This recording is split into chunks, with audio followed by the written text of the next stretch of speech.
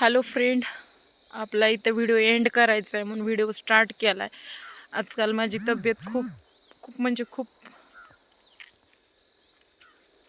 खूप खराब आहे, तर त्यामुळं व्हिडिओ काढता नाही आले 2 दिवस. आणि एंडिंगला इथंच म्हणजे संपवायचं होतं, त्यामुळं व्हिडिओ चालू केला आहे जस्ट आता. आणि तो खूप महत्त्वाच्या विषयावरचा व्हिडिओ आहे, तर स्किप न करता पूर्ण कंटिन्यू करा आणि चॅनेलला सबस्क्राईब करून घ्या. आणि व्हिडिओ आवडला तर लाईक शेअर कमेंट करायला विसरू नका. आणि तुम्हाला तर माहितीच आहे, मी त्या दिवशी पोरांकडे गेलते आणि अनुष्का खूप रडत होती त्या व्हिडिओमध्ये. आणि विषय असा होता की मला काही बोलता येत नव्हतं, कारण मी दादाची कटिंग करायला गेले होते. पोरं हॉस्टेलवर असतात, त्यामुळं मला वेळ नाही भेटत. आणि नाविलाजानं मला तिथं व्हिडिओ घेतला मी, कारण खरं काय आहे ती दाखवायचं होतं तुम्हाला. सगळ्यांना वाटते की मी व्ह्यूजसाठी पैशासाठी व्हिडिओ बनवते, हे खरं नाही, खोटं आहे. आता रेकॉर्डिंग पण आहेत माझ्याकडं, अशा एवढे रेकॉर्डिंग आहेत की हद्दीच्या बाहेर. पण मी का टाकत नाही की कसं आहे, ती माणूस आहे बेइज्जती, आणि बेइज्जतीच्या नादी लागून मला माझी इज्जत घालवून घ्यायची नाही. त्यामुळं मी रेकॉर्डिंग टाकत नाही.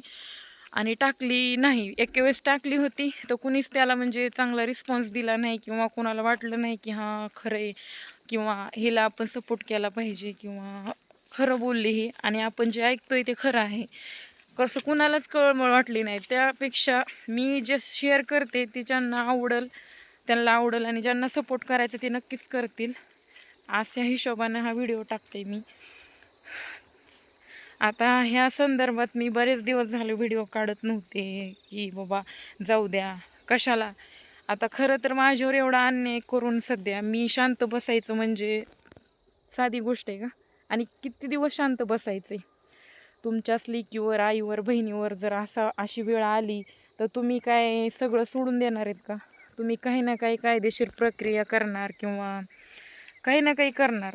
आम्ही पण करतोय, पण माझ्या घरची कंडिशन थोडी खराब झाली, त्यामुळे त्यांचं दुर्लक्ष झालं. आणि माझं जे आहे, मी जी कमवते 2 पैसे, ती माझ्या मुलांसाठी मी लावते. कारण जर मी तेच करत बसले तर मुलांच्या शिक्षणावर पाणी फिरेल, ह्या हिशोबाने मी शांत बसले. मी सोडणार नाही असं नाही, तर असो, ते सगळं होईल ॲडजस्ट, काय व्हायचं ती. पण ह्यानी जी शिवीगाळ केली मुलीला, किती घाण घाण फाकुळे झवाडे, त्या स्वतःच्या लेकराला धंदा कर माई संगट, माय धंदा करते तू बी धंदा कर.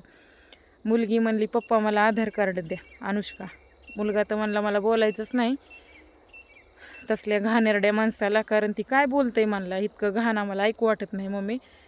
तर अनुष्का म्हणली ठीक आहे, मी मयाच्या पदरानं म्हणली बा पप्पा आधार कार्ड द्या. तिला म्हणला माझ्याकडे ये.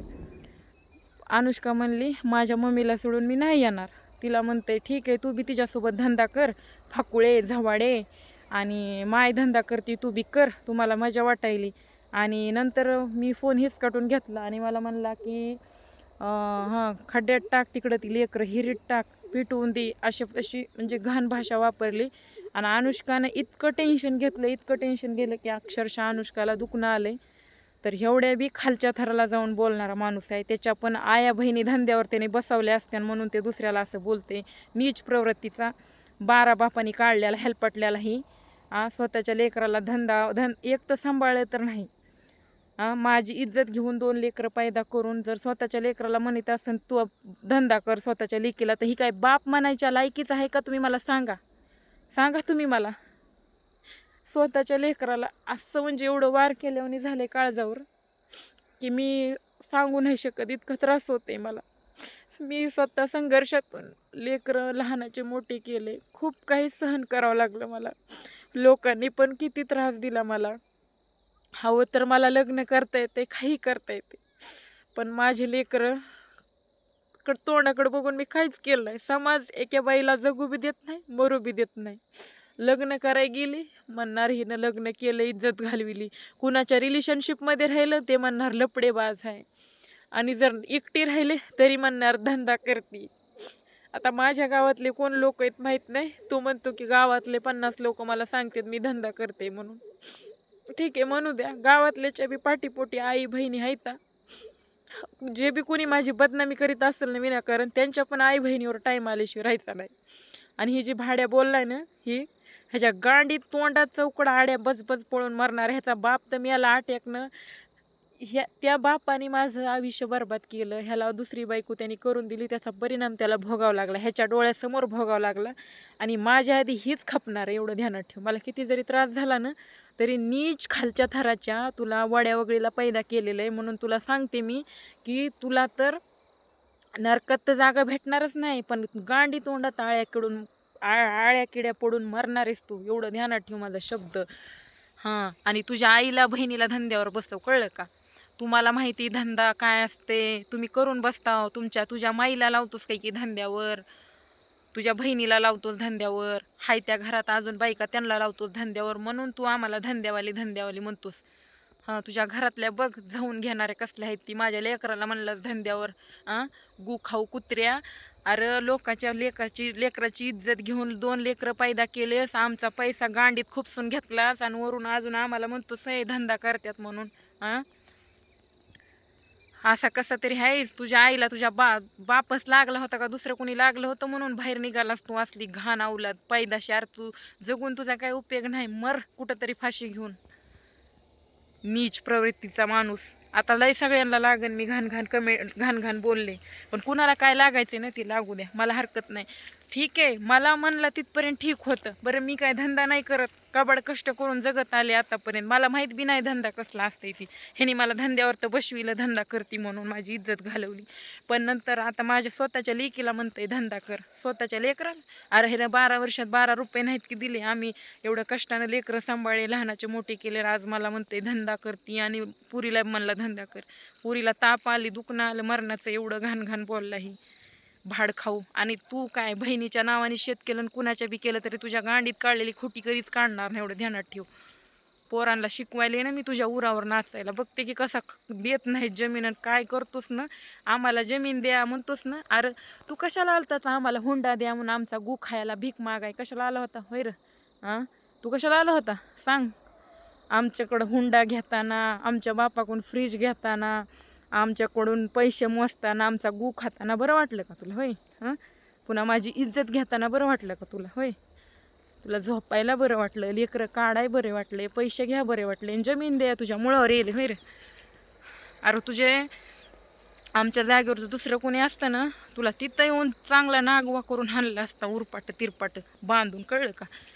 गरीब आहेत म्हणून आमची फायदा पोती नको ओळखू, आणि तू आमचं काहीच नाही वाकडं करू शकत. फक्त तू तिथंच राहून धंद्यावाले म्हण, तुझ्या आईवडिलांनी तसले संस्कार लावलेत तुला म्हणून तू तसं बोला, आम्हाला काय फरक नाही पडत. कारण जे लोक वाईट आहेत ना तेच तसे बोलतात. आम्ही वाईट काही केलंच नाही ना, आम्ही करतही नाही, आम्ही प्रामाणिकपणे कष्ट करत आलो, जगलो, म्हणून तुला देखवाना झालंय आमचं राहणं खाणं. तुला काय करायचंय? तू काय देऊन दमलस का? आमचंच गु खाऊन आमचंच सगळं घेऊन आम्हालाच उरपाट बोलतंय. आणि तुला काय भारे बांधायचे ती बांध, आम्ही घाबरत बी नाही तुला. मी तर घाबरत नाही बघ, कळलं का? आणि जा तुला काय करायचं ती करून घे. आणि राहिला विषय व्हिडिओचा, व्हिडिओ तर रोज बनवणार. तर मला म्हणते रोज एक ड्रेस घालती, रोज एक साडी घालती, जसं काही आणून द्यायलाय मला.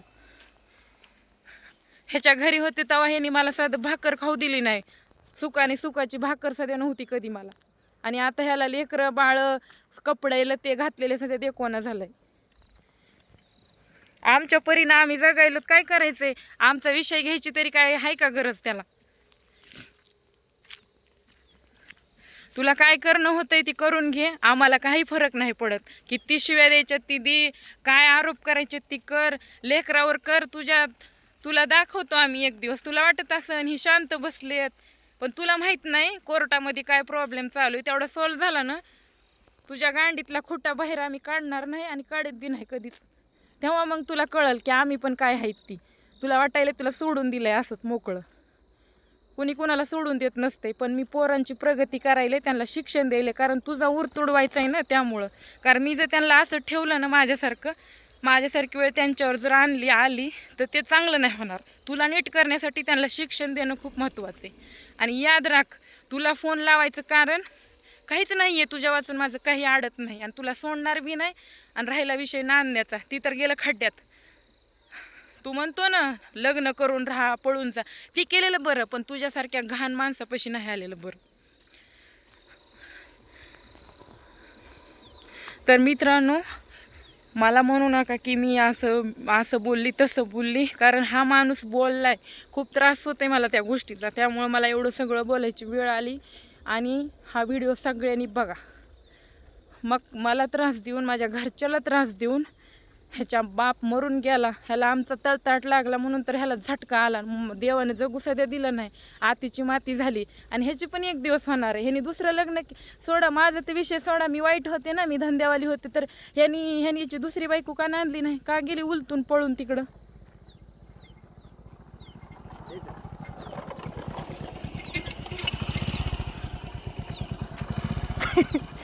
व्हिडिओ बनवायला होती. चला भेटूयात. व्हिडिओ आवडला तर लाईक शेअर कमेंट करा. आणि ही माझा चुलता आहे बरं का, उगं घाण घाण कमेंट करू नका, सांगायला लागले. असंच रस्त्याने चालले होते, दिवस मावळाय, व्हिडिओ बनवीत गाडी उभा केली. आता जाते घरापर्यंत. भेटूयात नंतर, बाय.